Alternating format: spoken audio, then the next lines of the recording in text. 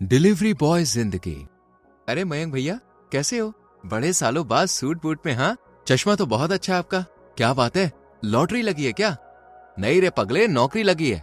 मैं civil engineer बन गया हूँ। पूरे 1 लाख रुपए तनख्वाह है। 1 लाख? मैंने तो इतने पैसे आज तक कभी एक साथ नहीं देखे। अरे शहर जाएगा तो देखेगा ना, इस गांव में कुछ नहीं रखा है। मयंक की बात ऋषि को उत्साहित कर गई। बेटा तू तो जानता है हमारे घर की हालत। जब से तेरे बाबा गए हैं, जैसे तैसे घरों में काम करके तुम दोनों की स्कूल की फीस जमा कर पाती हूँ। और तूने 12वीं कर ली है ना, अब कोई नौकरी देख ले। माँ, मैं कहाँ कह रहा हूँ कि तुझे मेरी फीस देनी है। मैं बॉम्बे जाऊंगा, कोई ना कोई नौकरी तो मिल ही जाएगी। उनसे मैं अपनी फीस भी भरूंगा और तुम्हें खर्चे के लिए पैसे भी भेज दिया करूंगा। जाने दो ना माँ, वैसे भी इस गांव में कुछ नहीं रखा। वो मयंक भैया को देखो, 1 लाख रुपए कमाते हैं।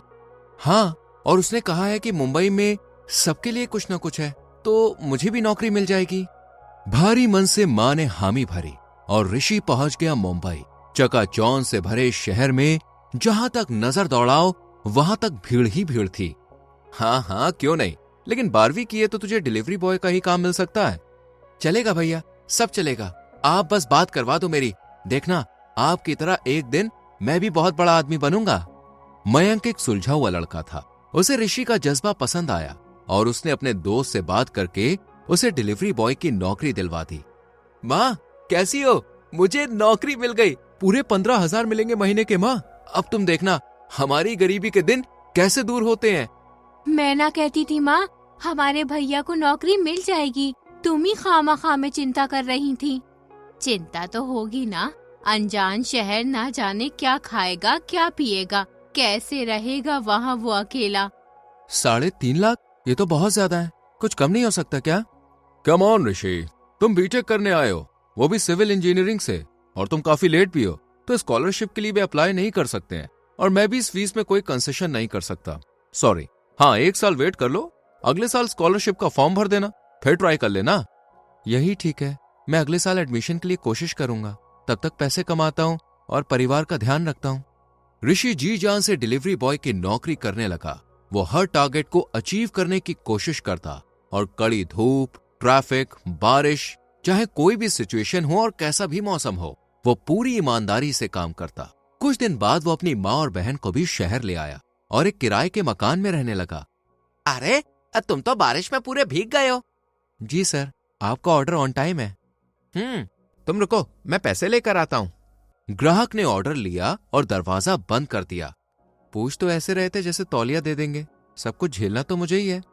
ऋषि मैक्सिमम टाइम बिना ब्रेक के काम करता, कई बार खाना भी नहीं खाता। ऊपर से घर में खर्चे बढ़ते ही जा रहे थे, जिस वजह से उसे एंग्जाइटी होने लगी। रात के 10 बजे। आज लेट हो गया बेटा? हाँ माँ, काम बहुत था ना, इसलिए। क्या बात है, तेरी आंखें थकी थकी सी लग रही हैं। सब ठीक तो है? भैया, कल स्कूल की फीस देनी है। ऋषि ने पर्स निकाला और पैसे दे दिए। रहने दे, पहले खुद का ध्यान रख। शक्ल देख अपनी। सब ठीक है माँ, मुझे नींद आ रही है, मैं सोने जा रहा हूँ। पर खाना? वो बिना जवाब दिए ही चला गया। माँ की दवाई, शालिनी की फीस, बिजली का बिल, राशन, सब्जी, कहीं इस सबका इंतजाम करते करते मैं खुद को तो नहीं मिटा रहा। क्या सच में सब ठीक है? अगली सुबह।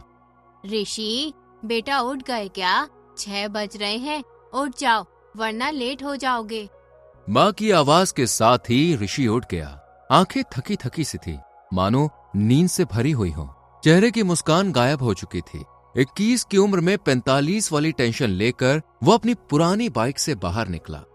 इस बाइक को भी अभी खराब होना था। भैया जल्दी बनाओ, अगर ऑफिस लेट पहुंचा तो बॉस बहुत भड़केगा। थोड़ी देर बाद ऑफिस में, आज तुम पूरा आधा घंटा लेट हो, डिलीवरीज है, जल्दी से काम पर निकलो।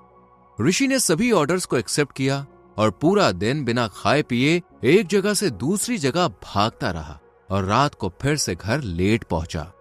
भैया आ गए आप? आज ना मेरा गोलगप्पे खाने का मन है, चलो ना प्लीज हम खाकर आते हैं। अभी नहीं, बाद में, मैं बहुत थक गया हूँ।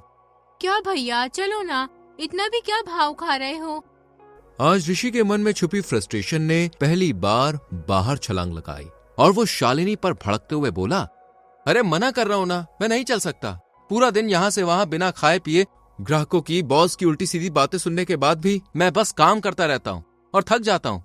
क्यों नहीं समझती है तू? माँ की बूढ़ी आंखें बच्चे की तकलीफ समझ गईं। शालिनी, चल कमरे में, बेटा आ खाना खा ले। भूख नहीं है मुझे और माफ कर देना, मैं बस थक गया था तो कुछ भी बोल गया। माँ आहें भर कर रह गई। वो बेटे की तकलीफ समझ रही थी पर कुछ कर नहीं सकती थी।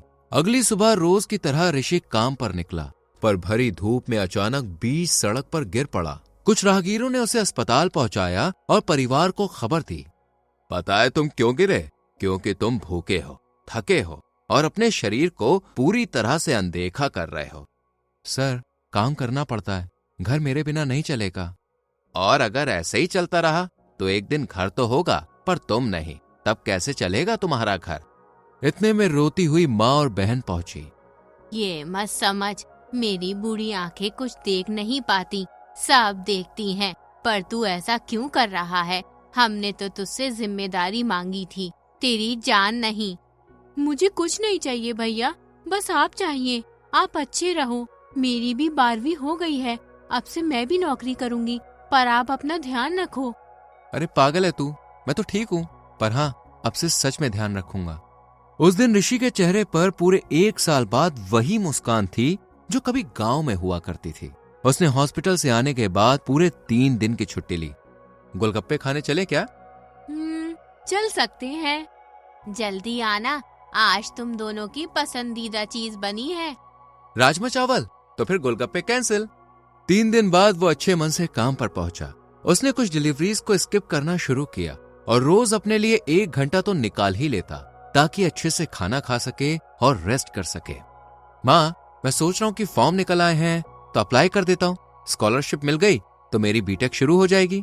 बिल्कुल अप्लाई करो भैया, क्योंकि अब आपकी बहन भी नौकरी करेगी। मुझे कॉल सेंटर में जॉब मिल गई।